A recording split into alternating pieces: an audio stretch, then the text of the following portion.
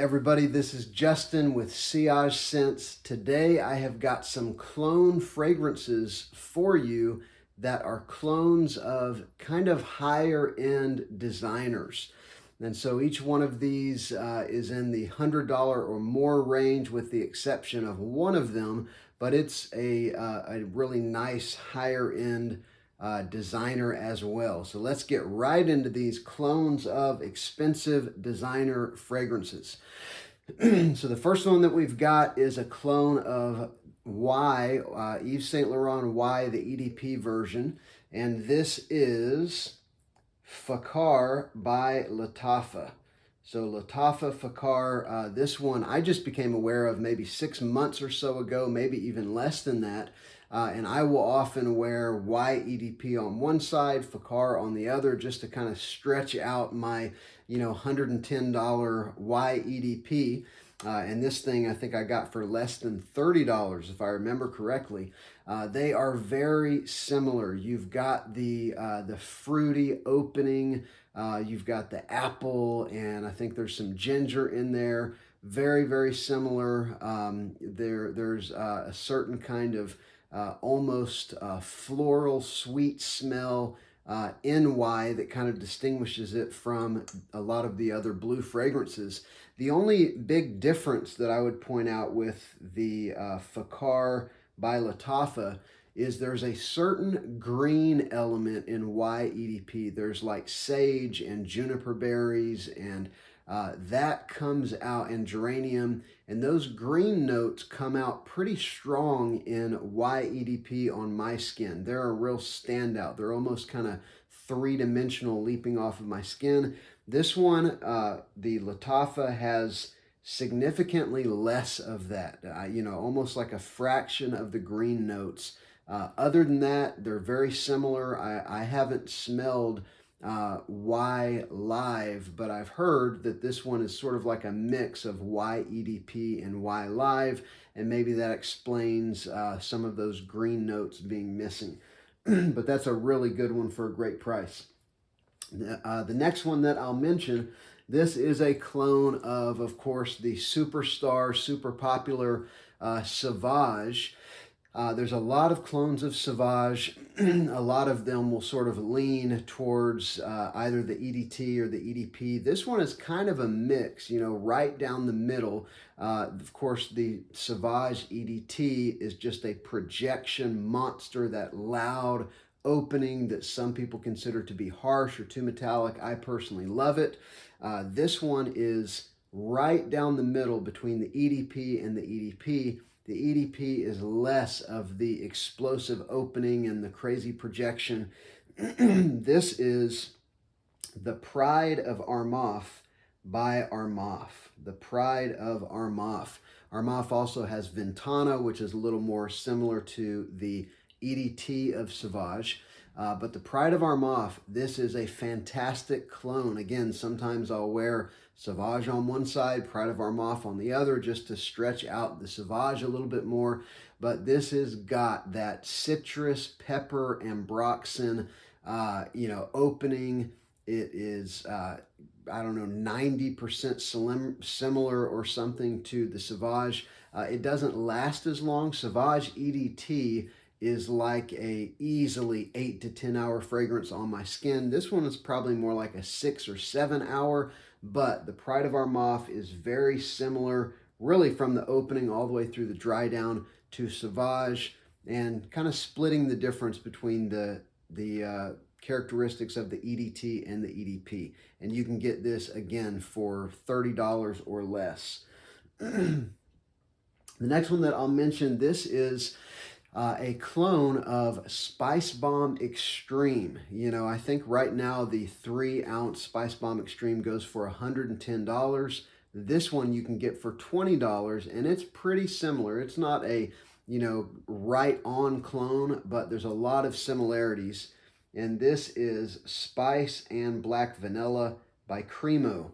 Spice and Black Vanilla. So this one is not going to be as complex as Spicebomb Extreme. It's not going to be as extreme in the spices. But what you do get is a very similar opening with that very bright, vanillic, spicy opening. I think with the Spicebomb Extreme, there are some pepper notes that are going to be stronger, and there's also that sort of soft, sweet tobacco that is throughout Spicebomb Extreme that gives it such a unique quality. This one is going to be less on the tobacco. It's going to be less on those stronger peppery notes. But I will tell you, the first time that I smelled this, it was not side by side with Spicebomb Extreme. And I thought, man, this is like a 90% similar fragrance. Once I was able to try both of them side by side, I would say it's about 80-ish, 85%. I know that's a very subjective thing to put a number on this. But there are some striking similarities, but to me, there's also some striking dissimilarities. This one's just a little more synthetic smelling and not quite as strong with the peppery spice notes of Spicebomb Extreme. But overall, for 20 bucks, you get something that gets you pretty close to Spicebomb Extreme. So check it out. The next one, this is the so far, all the ones I've mentioned are easily in the 100+ range. If you get designer prices at retail, most of them you're not going to get discounted. Those last three, good luck finding them for less than $100 for the 3 ounce or 3.38 or whatever.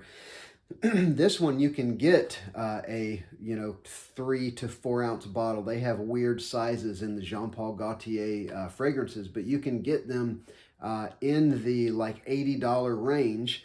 This one is a clone of Ultra Male, JPG Ultra Male, and it is a really good one. This is Afnan 9 p.m. A lot of people have been talking about this. This is probably in the beast mode performance category. Afnan performs better than Le Male, the Jean Paul Gaultier, although that one's a good performer as well. The differences are that this one has apple rather than pear, but it still has that sort of sweet, spicy apple, mint, ginger, all of the same notes. And then in the dry down, you've got patchouli, you've got vanilla, very similar to the Jean Paul Gaultier with minor differences. I like this one a little bit better myself. It's unique. Ultra Male's been out for a few years. This one just adds a slight twist, and I think it's an improvement. And this is, I think, about a $30 fragrance for Afnan 9 p.m., and it is a beast, and it gets you super close to Jean Paul Gaultier.